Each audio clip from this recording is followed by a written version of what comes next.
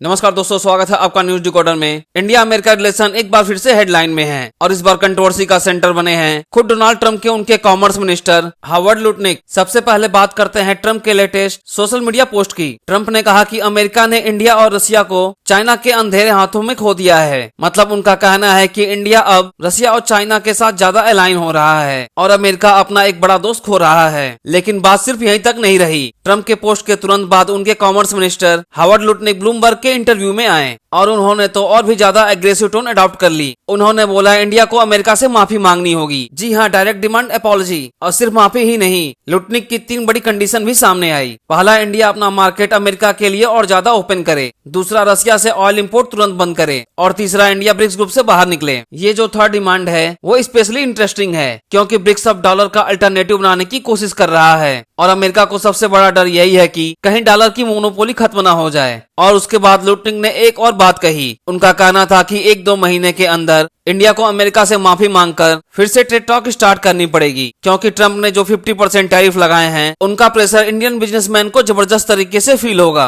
उनके हिसाब से इंडियन एक्सपोर्टर्स और बिजनेसमैन इंडियन गवर्नमेंट पर प्रेशर डालेंगे और मजबूरन इंडिया को वाशिंगटन के टेबल पर बैठना पड़ेगा। मतलब एक तरह से इकोनॉमिक ब्लैकमेल। और सबसे ज्यादा क्रिटिसिज्म लुटनिक ने इंडिया के रशियन ऑयल इंपोर्ट पर किया। उन्होंने बोला जब वेस्ट पूरी कोशिश कर रहा है रशिया को इकोनॉमिक लेवल पर आइसोलेट करने की, उस वक्त इंडिया को रशिया से ऑयल लेना कम्प्लीटली रॉन्ग है।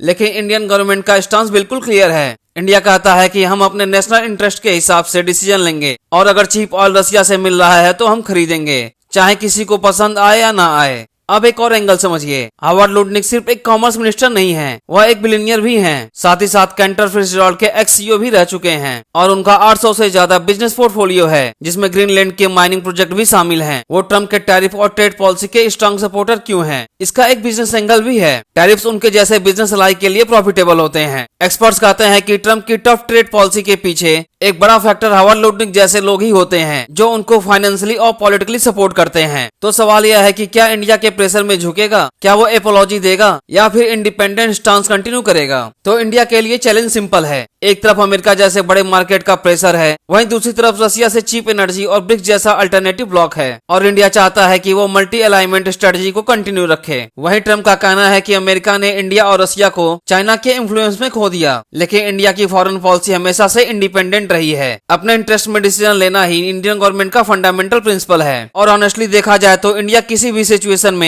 अपॉलजी देने वाला नहीं लगता, लेकिन टैरिफ्स और डिप्लोमेटिक प्रेशर जरूर और बढ़ने वाले हैं। तो ओवरऑल पिक्चर क्लियर है। ट्रंप और उनकी टीम इंडिया को कॉर्नर करने की स्ट्रेटजी अडॉप्ट कर रहे हैं। Tariff, apology demand, Russia oil issue, BRICS membership सब कंबाइन करके एक बड़ा प्रेशर बिल्ड किया जा रहा है। और इन सब सिनारियों को देखकर ऐसा लगता है कि अब अगले कुछ महीने डिसाइड करेंगे कि इंडिया अमेरिका रिलेशन का फ्यूचर कैसा होगा। क्या इंडिया अपने स्टांस पर रिजिड रहेगा या अमेरिका के प्रेशर के सामने फ्लेक्सिबल होगा? और यही सबसे बड़ा सवाल भी है। हालांकि आपको क्या लगता है, इंडिया अपने नेशनल इंटरेस्ट पर टिक कर खड़ा रहेगा या फिर अमेरिका के साथ कंप्रोमाइज करेगा? कमेंट में अपना ओपिनियन हमें जरूर दें और इसी तरह के कंटेंट के लिए हमारे चैनल को सब्सक्राइब करें।